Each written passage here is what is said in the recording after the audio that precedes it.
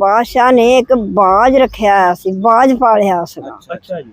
ਤੇ ਉਹ ਸ਼ਿਕਾਰ ਕਰਨ ਬਾਦਸ਼ਾਹ ਗਿਆ ਤੇ ਨਾਲੇ ਫੌਜਾਂ ਗਈਆਂ, ਅੱਛਾ ਜੀ। ਸਿਪਾਹੀ ਨਾਲ ਗਏ ਤਾਂ ਬਾਜ ਨੂੰ ਵੀ ਨਾਲ ਲੈ ਗਏ। ਅੱਛਾ ਜੀ। ਤੇ ਕਿਤੇ ਜੰਗਲ ਵਿੱਚ ਜਾ ਕੇ ਤੇ ਬੀਵੀ ਬਾਦਸ਼ਾਹਜ਼ਾਦੀ ਨੂੰ ਪਿਆਸ ਲੱਗ ਗਈ। ਅੱਛਾ ਜੀ। ਬਾਦਸ਼ਾਹ ਨੇ ਹੁਕਮ ਦਿੱਤਾ ਕਿ ਜਲਦੀ ਮੇਰੀ ਬੀਵੀ ਨੂੰ ਪਿਆਸ ਲੱਗੀ ਹੈ ਤਾਂ ਪਾਣੀ ਜਲਦੀ ਲਿਆਓ।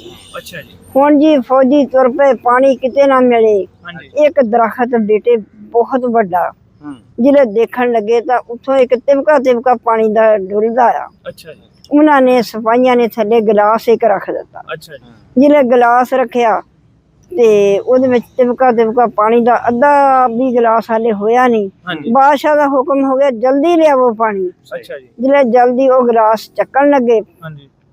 ਬਾਜ ਆਇਆ, ਉਹਨੇ ਬਾਦਸ਼ਾਹ ਦਾ ਹੀ ਬਾਜ, ਉਹਨੇ ਮਾਰਿਆ ਪਰ ਤਾਂ ਪਾਣੀ ਡੋਲ ਦਿੱਤਾ। ਬੜਾ ਹੈਰਾਨ ਹੈ ਬਾਦਸ਼ਾਹ, ਫਿਰ ਕਦੇ ਕਿਉਂ ਨਹੀਂ ਪਾਣੀ ਲਿਆਂਦਾ। ਦੂਸਰੀ ਵਾਰੀ ਫਿਰ ਏਦਾਂ ਹੀ ਹੋਈ, ਉੱਥੇ ਫਿਰ ਗਲਾਸ ਰੱਖਿਆ। ਫਿਰ ਰੱਖਿਆ ਗਲਾਸ। ਅੱਛਾ ਜੀ। ਫਿਰ ਅੱਧਾ ਹੋਇਆ, ਬਾਜ ਨੇ ਫਿਰ ਡੋਲ ਦਿੱਤਾ, ਪੰਜਾ ਮਾਰ ਕੇ ਢਗਾਤਾ, ਡੋਲ ਦਿੱਤਾ। ਸਿਖਾਇਆ ਹੁਣ ਤੀਸਰੀ ਵਾਰੀ ਨਾ ਪਾਣੀ ਨਾ ਫਿਰ ਰੱਖਿਆ। ਜਿਹਨੇ ਫਿਰ ਰੱਖਿਆ ਥੋੜਾ ਜਿਹਾ ਫਿਰ ਹੋਇਆ ਤੇ ਪਾਣੀ ਫਿਰ ਡੁੱਲ ਗਿਆ। ਬਾਦਸ਼ਾਹ ਨੇ ਵਕਤੀ ਲਿਆਤੀ ਕਿ ਮੇਰੀ ਬੀਵੀ ਥਿਆਈ ਆ, ਤੁਸੀਂ ਮੇਰੀ ਇੰਨੀ ਫੌਜ ਆ, ਇੰਨੀ ਸਿਪਾਹੀ ਆ, ਤੁਹਾਡੇ ਕੋਲ ਪਾਣੀ ਵੀ ਨਹੀਂ ਹਾਜ਼ਰ ਹੋਇਆ। ਅੱਛਾ ਜੀ।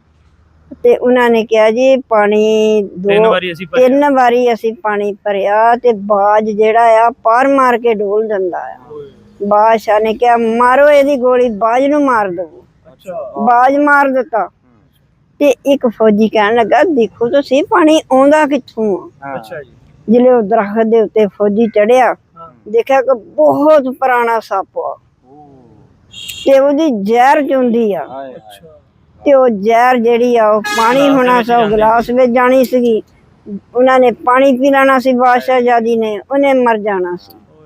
ਬਾਦਸ਼ਾਹ ਸਲਾਮਤ ਰੋਣ ਲੱਗ ਗਿਆ, ਕਹਿੰਦਾ ਕਿ ਦੇਖੋ ਮੇਰੇ ਕੋਲੋਂ ਕਿੰਨੀ ਗਲਤੀ ਹੋਈ, ਜਿਹੜਾ ਮੈਂ ਬਾਜ ਨੂੰ ਮਾਰ ਕੇ। ਬਾਦਸ਼ਾਹ ਸਲਾਮਤ ਬਹੁਤ ਪਰੇਸ਼ਾਨ ਹੋਏ ਕਿ ਉਹ ਮੇਰੇ ਕੋਲੋਂ ਇੰਨਾ ਅੱਛਾ ਬਾਜ ਕਿਉਂ ਮੈਂ ਮਾਰ ਦਿੱਤਾ। ਮੇਰੀ ਜ਼ਨਾਨੀ ਦੀ, ਔਰਤ ਦੀ ਜਾਨ ਬਚਾਣ ਡਿਆ ਸੀਗਾ ਕਿ ਜ਼ਹਿਰ ਨਾ ਪੀ ਜਵੇ ਤੇ ਮੈਂ ਉਹਨੂੰ ਮਾਰ ਦਿੱਤਾ। ਉਹਨੂੰ ਮਾਰ ਦਿੱਤਾ। ਏਦਾਂ ਹੀ ਸਿਆਣੇ ਆ ਤੇ ਸਿਆਣੇ ਜਦੋਂ ਟੁਰ ਜਾਣੇ ਆ ਮੁੜ ਕੇ ਫਿਰ ਪਛਤਾਣਾ ਕਿ ਉਹ ਸਾਡੇ ਸਿਆਣੇ ਸੀ, ਸਾਨੂੰ ਅਕਲ ਦਿੰਦੇ ਸੀਗੇ, ਸਾਨੂੰ ਚੰਗੇ ਬੁਰੇ ਤੋਂ ਰੋਕਦੇ ਸੀਗੇ, ਸਾਨੂੰ ਬਚਾਉਂਦੇ ਸੀ ਲੜਾਈਆਂ ਤੋਂ, ਪੜਾਈਆਂ ਤੋਂ, ਅਕਲ ਦਿੰਦੇ ਸੀ। ਅੱਜ ਟੁਰ ਗਏ, ਕਿਤੇ ਫਸੇ ਤਾਂ ਫਿਰ ਯਾਦ ਆਣਗੇ ਉਹ ਸਿਆਣੇ। ਇਸ ਵਾਸਤੇ ਉਹ ਭਰਾ ਜਿਹੜੇ ਕਹਿੰਦੇ ਨਾ ਕਿ ਸਾਡੇ ਭੈਣ ਭਰਾ, ਸਾਡੇ ਪੁੱਤਰ, ਸਾਡੇ ਭਾਈ ਇਹ ਮਾਂ ਪਿਓ ਦੀ ਇੱਜ਼ਤ ਨਹੀਂ ਕਰਦੇ। ਅਕਸਰ ਲੋਕਾਂ ਦੇ ਮੈਸੇजेस ਮੇਰੇ ਇਨਬਾਕਸ ਦੇ ਵਿੱਚ ਆਉਂਦੇ, ਉਹਨਾਂ ਨੂੰ ਸਿਰਫ ਇਹੀ ਕਵਾਂਗੇ ਵੀਰਿਓ ਏਦਾਂ ਪਛਤਾਉਂਗੇ ਜਿੱਦਾਂ ਬਾਦਸ਼ਾਹ ਬਾਦ ਨੂੰ ਮਾਰ ਕੇ ਪਛਤਾਇਆ ਸੀ। ਤੇ ਆਪਣੇ ਮਾਂ ਪਿਓ ਦੀ ਕਦਰ ਕਰ ਲਓ, ਇੱਜ਼ਤ ਕਰ ਲਓ, ਇਹ ਦੁਬਾਰਾ ਨਹੀਂ ਲੱਭਣੇ ਹੈਗੇ। ਤੁਸੀਂ ਲੱਭਦੇ ਫਿਰਨਾ, ਰੋਂਦੇ ਫਿਰਨਾ।